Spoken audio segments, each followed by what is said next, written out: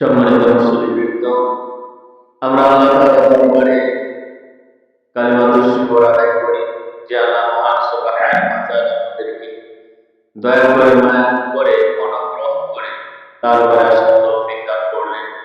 এজন্য সকলেই সে মহান আল্লাহ তাআলার মহান দরবারে আল্লাহ তাআলার শেখানো পদ্ধতিতে কালিমাতুশ শুকর আদায় করছি। সকলে মিলে আলহামদুলিল্লাহ। সম্মানিত মুসলিমবৃন্দ, আমরা গত কয়েক সপ্তাহ ধরে যে বিষয় নিয়ে আমরা আলোচনা করে আসতেছি, আজকেও আমরা সেই ধারাবাহিকতায় আলোচনা করার চেষ্টা করব। আমার তাওফীক বিল্লাহ, আলাইহি তাওয়াক্কালতু ওয়া ইলাইহি উনীব। আমরা গত সপ্তাহে আলোচনা করছিলাম যে পৃথিবীর মধ্যে সবচেয়ে শক্তিশালী জাতিকে আল্লাহ তাআলা সৃষ্টি করেছিলেন। সে জাতি যখন রাসূলদের অবাধ্য আচরণ করল, তাদের সাথে নাফরমানি করল, আল্লাহ তাআলার আয়াতকে অস্বীকার করল এবং শিরকে যখন লিপ্ত হল,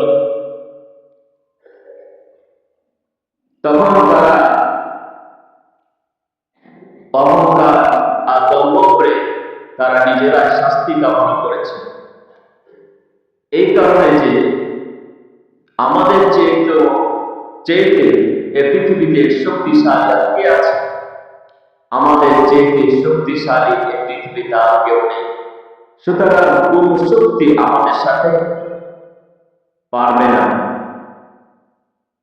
তাই তো তারা আল্লাহর নবী হুদ আলাইহিস সালামকে তারা বিদ্রুপ করে বলেছে। তারা বিদ্রুপ করে কি বলেছিল? আল্লাহ রাব্বুল আলামিন সে কথা তার কোরআন কারিমে তুলে ধরেছেন।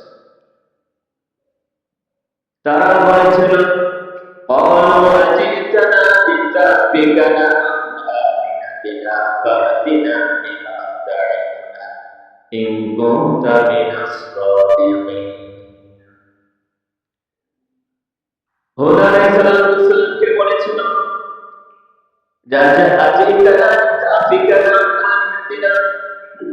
তুমি যে আমাদের কাছে আসছো এই মর্মে যে আমরা যে দেব-দেবীর পূজা করি, মূর্তির পূজা করি, আমাদেরকে বিরত রাখবে, নিবৃত্ত রাখবে। ফাতিনা বিমা তা'ইদুনা ইন কুনতা মিনাস সাদিকিন, তুমি যে ভয় দেখাচ্ছ আমাদেরকে, আমরা যদি মূর্তি পূজা না ছাড়ি, আমরা যদি দেব-দেবীর পূজা না ছাড়ি, তাহলে আমাদের জন্য আযাব আসবে। যে ভয় আমাদেরকে দেখাচ্ছ, যদি তোমার কথা সত্যি হয়ে থাকে আর তুমি যদি সত্যবাদী হয়ে থাকো, তাহলে ফাতিনা বিমা তা'ইদুনা ইন কুনতা মিনাস সাদিকিন, তাহলে আমাদের কাছে তুমি আযাব নিয়ে আসো। আল্লাহর নবী হযরত হুদ আলাইহিস সালাম তিনি আফসোস করে তাদেরকে শুধু এই কথাটাই বললেন যে তোমরা তো নির্বোধ জাতি, তোমরা মূর্খ জাতি, তোমরা নিজেরাই আযাব কামনা করতেছ, আল্লাহর আযাব কামনা করতেছ। অথবা যখন আল্লাহ তাআলা রাসূলকে মনে করল তাদের উপরে সত্যি সত্যি সেগুলো আযাব এসে গেল, আযাব স্বরূপ আল্লাহ রাব্বুল আলামিন প্রাথমিক পর্যায়ে তাদের উপর 3 বছর বৃষ্টি বন্ধ রাখলেন। 3 বছর বৃষ্টি বন্ধ হওয়ার পরে অবস্থাটা কি হলো? দেশের মধ্যে দুর্ভিক্ষ দেখা দিল, ফল ফসলাদি সবকিছু শুষ্ক বাতাসের কারণে পড়ে ছাড়খাড় হয়ে গেল। তৎকালীন আমাদের প্রথা ছিল এই যে তারা যখন কোনো বিপদে পড়ত, যখন মুসিবতের মধ্যে পড়ত, তখন তারা কাবা ঘরের নিকটে গিয়ে তারা প্রার্থনা করত। অথবা কোন সম্প্রদায়ের মধ্য হতে প্রতিনিধি দল যেত, যাওয়ার পরে কাবার নিকটে গিয়ে তারা বৃষ্টি প্রার্থনা করত, বিপদ থেকে মুক্তি পাওয়ার জন্য তারা প্রার্থনা করত, তারা বিপদ থেকে মুক্তি লাভ করত। সেই প্রাচীন নিয়ম অনুযায়ী আজ সম্প্রদায়ের মধ্যবর্তী সত্য ফাজিল ইবনে আনস নামক একজনকে প্রতিনিধি করে মক্কায় প্রেরণ করল। মক্কায় আসার পরে সে সময় কাবা ঘরে যে সেবক ছিল মুআবিয়া ইবনে বকর, তার বাড়িতে অতিথি হলো। পরের দিন তারা সত্যের জন্য কাবা ঘরে নিকটে এসে তারা বৃষ্টি প্রার্থনা করল। যখন তারা বৃষ্টি প্রার্থনা করতেছিল তখন হঠাৎ দেখলো আকাশে তিন খণ্ড মেঘ, এক খণ্ড কালো, এক খণ্ড লাল, এক খণ্ড হচ্ছে সাদা। অদৃশ্য আওয়াজ আসলো। সে দলের যে প্রতিনিধি ছিল তার নাম ধরে অদৃশ্য থেকে আওয়াজ আসলো, হে ফাজিল, এই তিন খণ্ড যে মেঘ তুমি দেখতে পাচ্ছ, এই তিন খণ্ড মেঘের মধ্য হতে যে কোনো খণ্ডটা তুমি পছন্দ করতে পারো, গ্রহণ করতে পারো। সে ফাজিল যখন একথা শোনার পরে আনন্দে খুশিতে আত্মহারা হয়ে গেল। সে মনে মনে ভাবল যে কালো যে মেঘখণ্ডটি দেখা যাচ্ছে সেটার মধ্যে অনেক বেশি পানি আছে, আর আমাদের তো পানির প্রয়োজন। তাই সে ফাজিল কি করল, কালো মেঘখণ্ডটি পছন্দ করল, গ্রহণ করল। গ্রহণ করার পরে সেই কালো মেঘখণ্ডটি মক্কা হতে ইয়ামানি আহকাম নামক বালুকাময় এলাকায়, যেখানে আদ সম্প্রদায় বসবাস করত, সেখানে মেঘখণ্ডটি চলতে লাগলো। যেতে যেতে যখন সে এলাকায় গেল, যাওয়ার পরে সে এলাকার লোকেরা, আদ সম্প্রদায়ের লোকেরা, তারা খুশি হয়ে গেল। তারা মেঘ যখন দেখলো, তারা দেখার পরে কি কথা বলেছিল, আল্লাহ তাআলা সে কথাটাও বলেছে যে ফালাম্মা আলিকা মুস্তাকবিলা আওদিয়াতি ক্বালু আ'তিরনা। তারা মেঘ দেখার পরে বলেছিল, এই তো মেঘখণ্ড আমাদের দিকে আসতেছে, আমাদের উপত্যকার দিকে আসতেছে। আর এই মেঘখণ্ডটি আমাদেরকে বৃষ্টি দান করবে।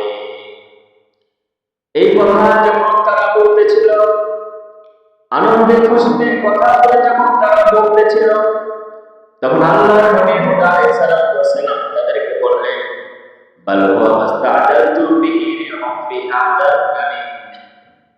এই মেঘখণ্ড দেখে আনন্দ হওয়ার কিছু নেই, তোমরা যেটা চাচ্ছিলে সেটাই।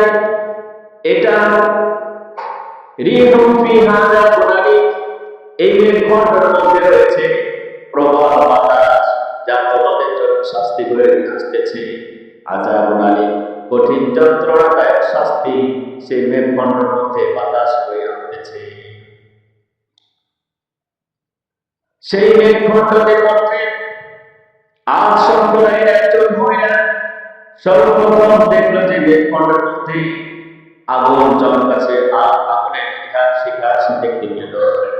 দেখতে পাওয়ার পরে সে চিৎকার করে বলল, হে আদ সম্প্রদায়ের লোকেরা, তোমরা আল্লাহর নবী হুদকে মেনে নাও, তারা সত্যতাকে স্বীকার করে নাও।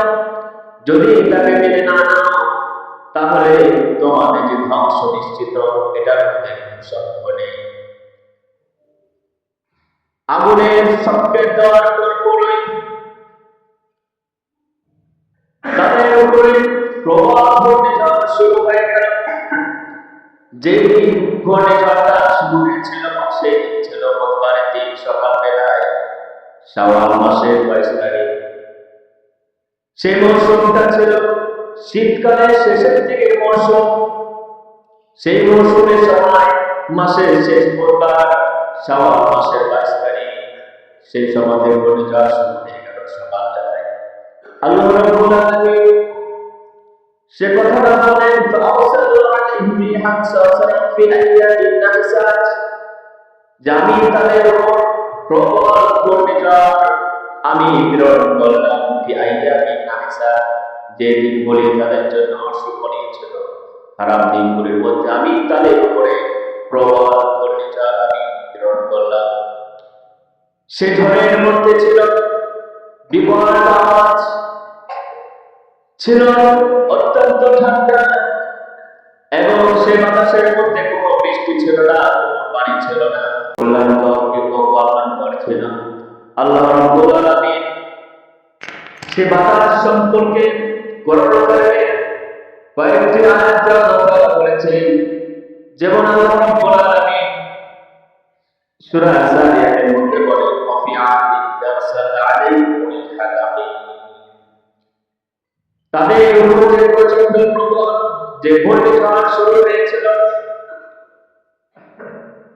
সেটা তাদের জন্য কল্যাণকর ছিল না, তাদের জন্য ছিল সেটাও অকল্যাণকর। আল্লাহ তাআলা বলেন, সে গজব বাতাস কি করেছিল তাদের প্রতি বয়ে, মা তাদারু মিন শাইইন আতাত আলাইহি ইল্লা জাআলাতুহু কাররামিন, এটা যা কিছু প্রতি বয়ে গিয়েছিল, অর্থাৎ সম্পদ এবং মানুষ যেটা প্রতি বয়ে গিয়েছিল তাকে চূর্ণ বিচূর্ণ করে দিয়ে গিয়েছিল। নাউযুবিল্লাহ। তাহলে সে বাতাস, গজবী বাতাস সবকিছু চূর্ণ বিচূর্ণ করে গিয়েছিল। আল্লাহ রাব্বুল আলামিন